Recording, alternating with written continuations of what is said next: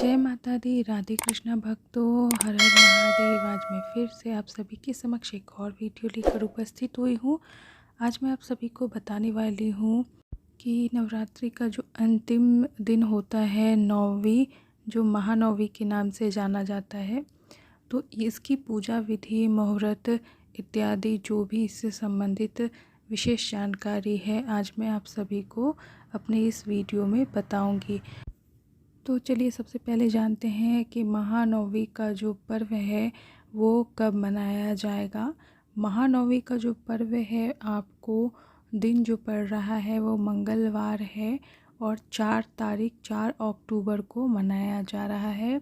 तो भक्तों, नौवीं की जो तिथि है, हिंदू पंचांग के अनुसार जो नवरात्रि की नौवीं तिथि होगी वो 3 अक्टूबर 2022 को शाम 4:37 से शुरू हो रही है और अगले दिन 4 अक्टूबर 2022 को दोपहर 2:20 पर इसका समापन हो रहा है।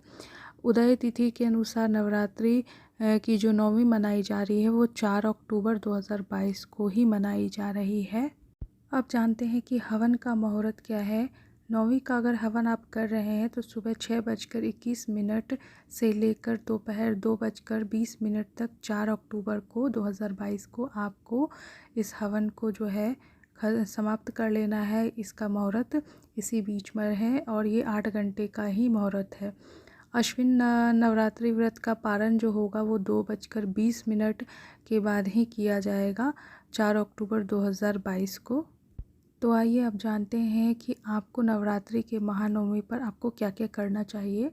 अश्विन शुक्ल पक्ष की नौवीं तिथि नवरात्रि महोत्सव का समापन जो है वो दिन को ही होता है।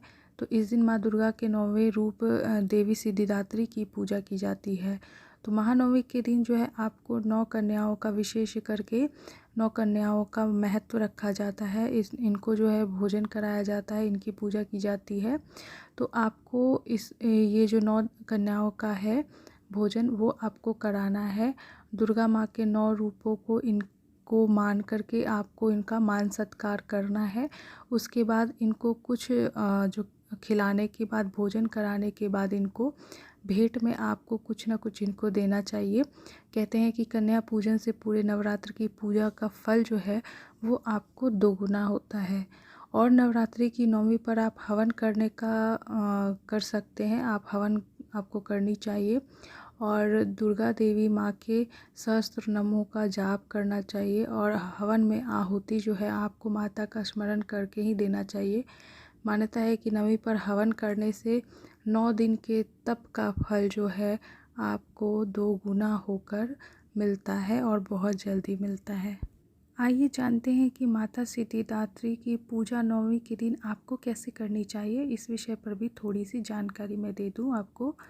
माँ सिद्धिदात्री की जैसे नौवीं के दिन पूजा की जाती है, तो जैसे हम नौवीं के दिन माता रानी को विदा करते हैं, तो इसके लिए माता सिद्धिदात्री को आप फूल की मालाएं अर्पित करें, उन्हें पुष्प अर्पित करें, सिंदूर, फल, गंध, अक्षत, चूनर, ये सभी कुछ उनको अर्पित करें। साथ में श्रृंगार का जो सामग्री है वो भी अर्पित कर सकते हैं आप। इसके साथ साथ आप तिल या तिल से बनी हुई चीज़ें भी माता को बहुत ज़्यादा प्रिय है, तो आप इनका भोग लगा सकते हैं। आप फल का भी भोग लगा सकते हैं। साथ ही साथ आप चाहें तो खीर, हलवा, मालपुए, केला, नारियल इत्यादि चीज़ें जो हैं आप माता रानी को अर्पित कर सकते हैं भोग के स्वरूप में। तो माता रानी को आप अगर विदाई दे रहे हैं तो माता रानी की जो अंतिम पूजा है वो इसी प्रकार से आपको करनी चाहिए। तो ये माता रानी का पूजा करने का जो भी थोड़ा सा विधि था वो मैंने बताया है। अब जानते हैं कि माता रानी को विदाई कैसे देनी है, कलश का विसर्जन कैसे करना है। तो विजयदशमी के दिन माता रानी की प्रतिमा का विसर्जन जो है वो किया जाएगा। अश्विन माह की दशमी तिथि 4 अक्टूबर को दोपहर 2:20 से यह जो है शुरू हो रही है। वहीं इसका समापन जो है अगले दिन 5 अक्टूबर को 12 बजे होगा। तो ये जो समय है ये बहुत ही उत्तम और फलदायी होगा। माता रानी की विदाई इसी समय पर की जानी चाहिए। और यदि आप माता रानी की विदाई करते हैं तो उनकी पहले विधिवत पूजा कर ले सबसे अच्छे से, और फिर विसर्जन के समय में आपको मंत्र का जाप करते हुए देवी की विदाई को जो है वो करना चाहिए। ये बहुत शुभ माना जाता है। ऐसा करने से देवी भक्तों की सभी कष्ट और संकट को दूर करती है और सदैव माता की कृपा जो है अपने भक्तों पर बनी रहती है, जिससे जीवन में सुखों की कभी कमी नहीं होती है। ऐसे तो बहुत सारे भक्त जो है वो नवमी के दिन ही पारण कर लेते हैं, लेकिन कुछ भक्त जो है वो 10वीं तिथि को ही माता रानी को विदाई देने के बाद ही अपना व्रत खोलते हैं। तो ये अपनी अपनी श्रद्धा की बात है, आप जैसे करना चाहें कर सकते हैं। तो उम्मीद करती हूँ आप सभी को मेरी ये जानकारी अच्छी लगी होगी। मिलते हैं अगले वीडियो में कुछ नई जानकारी के साथ। तब तक के लिए जय माता दी, राधे राधे, हर हर महादेव।